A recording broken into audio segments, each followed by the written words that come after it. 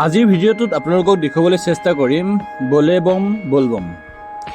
এটা ৰাতি কেনেকৈ পাৰ কৰিলোঁ তাকে দেখুৱাবলৈ চেষ্টা কৰিম। আচলতে এটা ভাল লগা মুহূৰ্ত, মোৰ জীৱনৰ প্ৰথম এনেকুৱা মুহূৰ্ত য'ত নেকি মই ৰাতিটো মন্দিৰত পাৰ কৰিছোঁ, মানে এটা ভাল লগা মুহূৰ্তৰ মাজেৰে। গতিকে ভিডিঅ'টো শেষলৈকে চাই থাকিব, ভাল পাব নিশ্চয়। আপোনালোকক প্ৰতিটো মুহূৰ্ত দেখুৱাবলৈ চেষ্টা কৰিম। নমস্কাৰ, আপোনালোকক স্বাগতম জনাইছোঁ। আজি জীৱনৰ প্ৰথম অভিজ্ঞতা, মানে মই আগতে এই বলবমৰ এই কাৰ্যসূচীটোত গৈ পোৱা নাই, আৰু আজি আমি গোটেইখিনি আমাৰ লগৰ ল'ৰাখিনিৰ লগত আমি গৈ আছোঁ।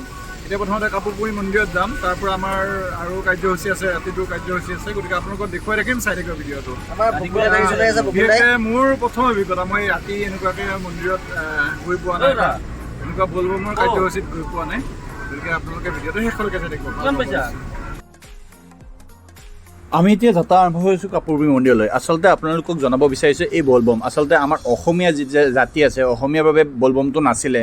আগতে বাহিৰত উত্তৰ ভাৰতত সেইবিলাকত এই বলবমটো চলি আছিলে, কিন্তু 1980 চনৰ পৰা আচলতে ডিব্ৰুগড়ৰ নয়া বজাৰৰ পৰা আৰম্ভ হোৱা এই বলবমে এতিয়া এনেকুৱা পৰিৱেশ এটা পাইছে যে আমি অসমীয়াইও আমি আহি আৰু কাপুৰপুৰী মন্দিৰত সোমোৱাৰ লগে লগে বিতৰণডাল লগ পালোঁ, আৰু তেওঁলোকৰ যিটো মানে ফাইল আছে গোটেইখিনি আগতে আহিছে, আৰু তেওঁলোকৰ ভোগৰ ব্যৱস্থা কৰিছে নেকি, কৰি আছে। গতিকে ভোগৰ ব্যৱস্থা কৰিছে। গতিকে আমিও আহি পালোঁ, লগ পালোঁ। গতিকে ওচৰৰে মানুহ যেতিয়া তেওঁক অলপ ভিডিঅ' কৰি ৰাখিলোঁ, আৰু আপোনালোককো দেখুৱালোঁ ভিডিঅ'টোৰ জৰিয়তে।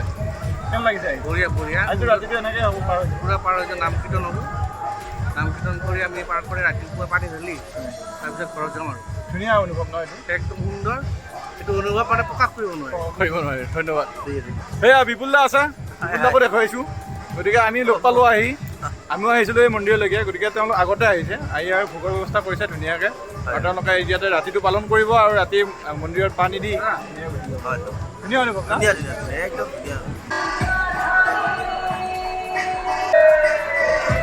আৰু এনেকৈ কাপুৰপুৰী মন্দিৰত ভোগৰ ব্যৱস্থা কৰিছে। ভোগ খোৱাৰ লগে লগে মই আপোনালোকক এই বলবমৰ কথাটো ক'ব ওলাইছোঁ। ডিব্ৰুগড় নয়া বজাৰৰ পৰা আৰম্ভ হোৱা এতিয়া পৰিৱেশটো অলপ বেলেগ হৈছে, যে সকলো অসমীয়াই এনেকুৱাকৈ বলবম পালন কৰিবলৈ লৈছে। বেছি বছৰ মানে কথা নহয় যে 40 বছৰ আগতে হয়তো বলবমৰ পৰিৱেশ ইয়াত অসমত নাছিল, গতিকে লাহে লাহে আহিব ধৰিছে। গতিকে ভাৰতীয় কৃষ্টি সংস্কৃতি সকলো ঠাইতে চলিব পাৰে সমপৰ্যায়ত। গতিকে আমি শিৱভক্তসকলে এই দিনটো ধুনীয়াকৈ ওলাই আহি তেওঁলোকে তেওঁলোকৰ এই মনোবাঞ্ছা পূৰ্ণ কৰাৰ বাবে এনেকুৱা চেষ্টা চলায়। এয়া মানে দিব্যদায়ো এতিয়া ভোগ ল'ব, আৰু নমস্কাৰ ভগালে ভোট টাইপ কেনেকুৱা সুন্দৰ। এখন ডাঙৰ এই ৰবিবাৰ বহুত এটা ভাল লগা কথা, আৰু আটাইতকৈ ডাঙৰ কথা, গোটেই ভক্তবৃন্দই গোটেই ৰাতিটো ইয়াত টোপনি ক্ষতি কৰি মহাদেৱৰ শ্ৰীচৰণত নিজকে সমৰ্পণ কৰিবলৈ, নিজৰ মনোবাঞ্ছা পূৰ্ণ কৰিবলৈ তেখেতক প্ৰাৰ্থনা জনাব।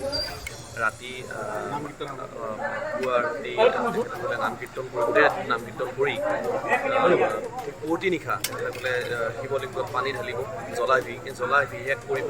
সেইটো এটা বহুত ডাঙৰ কথা, ভাৰতীয় পৰম্পৰা, ভাৰতীয় সংস্কৃতি।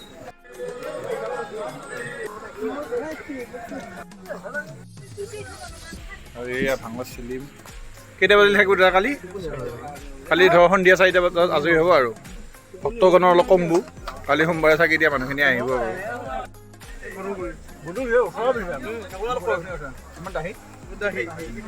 ৰাতিপুৱা দেখাবি না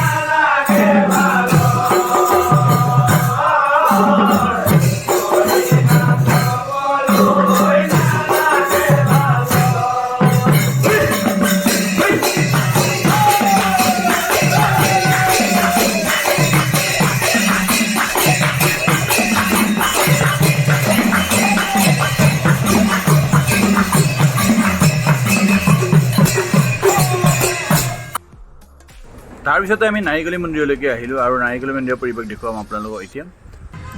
হয় নমস্কাৰ, এয়া আমি আহি পালোঁ নাৰিকলী মন্দিৰ আৰু নাৰিকলী মন্দিৰৰ পৰিৱেশ দেখুৱাই থাকিম আপোনালোকক, গতিকে চাই থাকিব। আমি প্ৰথমতে গোটেইখিনিয়ে গ'লোঁ আমি কাপুৰপুৰী মন্দিৰলৈকে, তাৰ পৰা এয়া আহিছোঁ নাৰিকলী মন্দিৰত।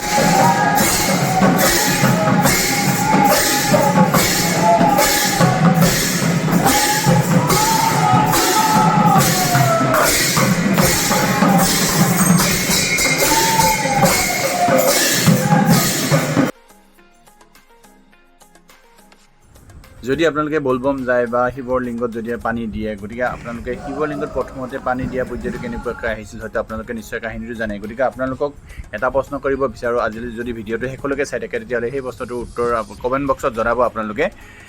গংগাৰ পানী প্ৰথমতে শিৱৰ গাত কোনে ঢালিছিলে, প্ৰথম কোনে ঢালিছিলে? গতিকে যদি জানে তেতিয়াহ'লে কমেণ্ট কৰি জনাব, নিশ্চয় ভাল পাম আৰু ময়ো শিকিব পাৰিম আপোনালোকৰ পৰা। ধন্যবাদ।